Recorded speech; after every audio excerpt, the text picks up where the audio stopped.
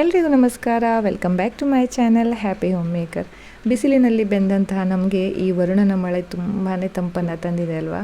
ಈ ಕ್ಲೈಮೇಟು, ಈ ತಂಗಾಳಿ ಏನು ಚೆನ್ನಾಗಿದೆ ಅಂತ ಅಂದರೆ ಏನಾದರೂ ಬಿಸಿ ಬಿಸಿಯಾಗಿ ಮಾಡಿ ತಿನ್ನೋಣ ಅಂತ ಮನಸ್ಸಾಗ್ತಾ ಇದೆ. ಹಾಗಾಗಿ ಫ್ರಿಡ್ಜ್ ಓಪನ್ ಮಾಡಿ ನೋಡಿದಾಗ ನನಗೆ ಸಿಕ್ಕಿದ್ದು ಅಣಬೆ.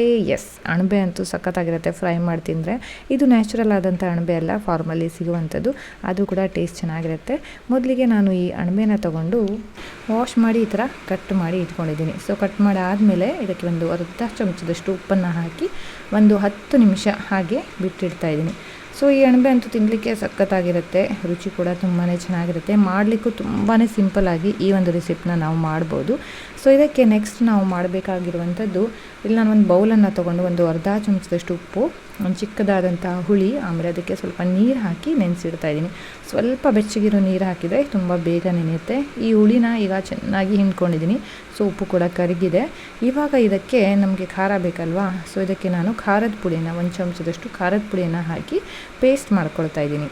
ನಮಗೆ ಎಷ್ಟು ಖಾರ ಬೇಕೋ ಅಷ್ಟು ಇಲ್ಲಿ ಖಾರದ ಪುಡಿನ ಹಾಕ್ಕೋಬೋದು. ನಾನಿಲ್ಲಿ 1.5 ಚಮಚದಷ್ಟು ಖಾರದ ಪುಡಿನ ಹಾಕ್ಕೊಂಡು ಈ ಥರ ಪೇಸ್ಟ್ ಮಾಡ್ಕೊಳ್ತಾ ಇದ್ದೀನಿ. ಸೊ ಈ ಪೇಸ್ಟನ್ನು ನಾವು ಆವಾಗ ಉಪ್ಪು ಹಾಕಿಟ್ಟಿದ್ವಲ್ವ ಆ ಅಣಬೆಗೆ ಹಾಕಲಿಕ್ಕೆ ಬೇಕಾಗತ್ತೆ. ಸೊ ನಾವು ತೊಗೊಂಡಂತಹ ಅಣಬೆಯ ಕ್ವಾಂಟಿಟಿಯನ್ನು ನೋಡಿ ನಾವು ಈ ಪೇಸ್ಟನ್ನು ಮಾಡ್ಕೋಬೇಕಾಗತ್ತೆ.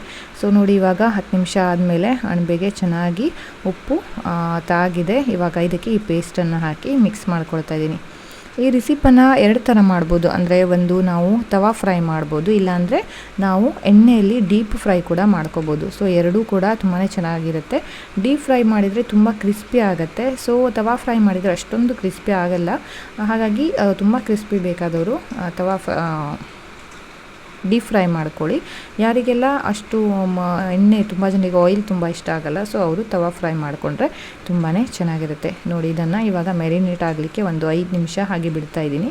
ತವಾ ಫ್ರೈ ಮಾಡೋದಿರಲಿ ಅಥವಾ ಡೀಪ್ ಫ್ರೈ ಮಾಡೋದಿರಲಿ, ನಾವು ಇದಕ್ಕೆ ಸ್ವಲ್ಪ ರವೆನ ಹಾಕೋಬೇಕು. ಇಲ್ಲಿ ಸೂಜಿ ಅಥವಾ ಸಣ್ಣ ರವೆ ಏನಂತ ಏನು ಹೇಳ್ತಾರೆ ಅದನ್ನು ತೊಗೊಂಡಿದ್ದೀನಿ.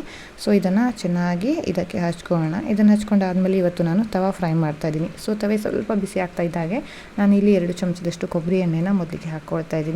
ಸೊ ಇವಾಗ ಕೊಬ್ಬರಿ ಎಣ್ಣೆ ಹಾಕ್ಕೊಂಡು ಫ್ರೈ ಮಾಡಿದರೆ ಟೇಸ್ಟ್ ಕೂಡ ತುಂಬ ಚೆನ್ನಾಗಿರುತ್ತೆ, ಹೆಲ್ದಿಗೂ ಕೂಡ ತುಂಬಾ ಒಳ್ಳೆಯದು. ಹಾಗಾಗಿ ಇವಾಗ ನಾನು ಫ್ರೈ ಮಾಡಲಿಕ್ಕೆ ಸ್ಟಾರ್ಟ್ ಮಾಡ್ತಾ ಇದ್ದೀನಿ. ಸೊ ತುಂಬ ಅರ್ಜೆಂಟ್ ಇದ್ದವರು ಡೀಪ್ ಫ್ರೈ ಮಾಡಿಕೊಂಡ್ರೆ ತುಂಬ ಬೇಗ ಆಗುತ್ತೆ. ತವಾ ಫ್ರೈ ಸ್ವಲ್ಪ ಟೈಮ್ ತೊಗೊಳುತ್ತೆ, ಆದರೆ ಟೇಸ್ಟ್ ಚೆನ್ನಾಗಿರುತ್ತೆ ಮತ್ತು ಆಯಿಲಿನೆಸ್ ಕೂಡ ಸ್ವಲ್ಪ ಕಡಿಮೆ ಇರುತ್ತೆ. ಸೊ ನಾನು ಈ ಸಲ ತವಾ ಫ್ರೈನೇ ಚೂಸ್ ಮಾಡಿದ್ದೀನಿ. ಎಲ್ಲ ಒಂದು ಅಣಬೆಗಳನ್ನ ಕಾವಲಿ ಮೇಲೆ ಹಾಕ್ಕೊಂಡು ಅದ್ಮೇಲೆ ಎಷ್ಟು ಬೇಕೋ ಅಷ್ಟು ಎಣ್ಣೆನ ಹಾಕ್ಕೊಂಡಿದ್ದೀನಿ. ಸೊ ತುಂಬ ಕಡಿಮೆ ಎಣ್ಣೆ ಹಾಕ್ಕೋಬಾರ್ದು, ಕ್ರಿಸ್ಪಿನೆಸ್ ಬರಲ್ಲ. ಸ್ವಲ್ಪ ಹೆಚ್ಚು ಎಣ್ಣೆ ಹಾಕ್ಕೊಂಡ್ರೆ ತುಂಬಾ ಒಳ್ಳೆಯದು. ಸೊ ಒಂದು ಕಡೆ ಫ್ರೈ ಆಗ್ತಾ ಇದ್ದಾಗೆ ಮತ್ತೊಂದು ಕಡೆ ನಾನು ಇದನ್ನು ಫ್ಲಿಪ್ ಮಾಡ್ತಾ ಇದ್ದೀನಿ. ಸೊ ಎರಡೂ ಕಡೆ ಚೆನ್ನಾಗಿ ಫ್ರೈ ಮಾಡಿಕೊಂಡ್ರೆ ನಮ್ಮ ಒಂದು ಅಣಬೆ ಫ್ರೈ ರೆಡಿ ಆಗುತ್ತೆ. ಈ ಒಂದು ಅಣಬೆ ಫ್ರೈ ರುಚಿ ನಿಮಗೂ ಕೂಡ ಇಷ್ಟ ಆಗುತ್ತೆ ಅಂತ ತಿಳ್ಕೊತಾ ಈ ಒಂದು ವಿಡಿಯೋನ ಇಲ್ಲಿಗೆ ಮುಗಿಸ್ತಾ ಇದ್ದೀನಿ. ವಿಡಿಯೋ ಇಷ್ಟ ಆದರೆ ಲೈಕ್ ಮಾಡಿ, ನನ್ನ ಚಾನಲನ್ನು ಇನ್ನೂ ಸಬ್ಸ್ಕ್ರೈಬ್ ಮಾಡಿಲ್ಲ ಅಂದರೆ ದಯವಿಟ್ಟು ಸಬ್ಸ್ಕ್ರೈಬ್ ಮಾಡಿ. ಸೊ ಬೆಲ್ ಬಟನ್ನ ಪ್ರೆಸ್ ಮಾಡೋಕ್ಕೆ ಮರಿಬೇಡಿ. ನೆಕ್ಸ್ಟ್ ಟೈಮ್ ನಿಮಗೆ ನೋಟಿಫಿಕೇಷನ್ ಸಿಗುತ್ತೆ. ಮತ್ತೊಂದು ವಿಡಿಯೋದೊಂದಿಗೆ ಆದಷ್ಟು ಬೇಗ ಸಿಗ್ತೀನಿ. ಅಲ್ಲಿವರೆಗೂ have a good day, take care, bye, see you soon guys.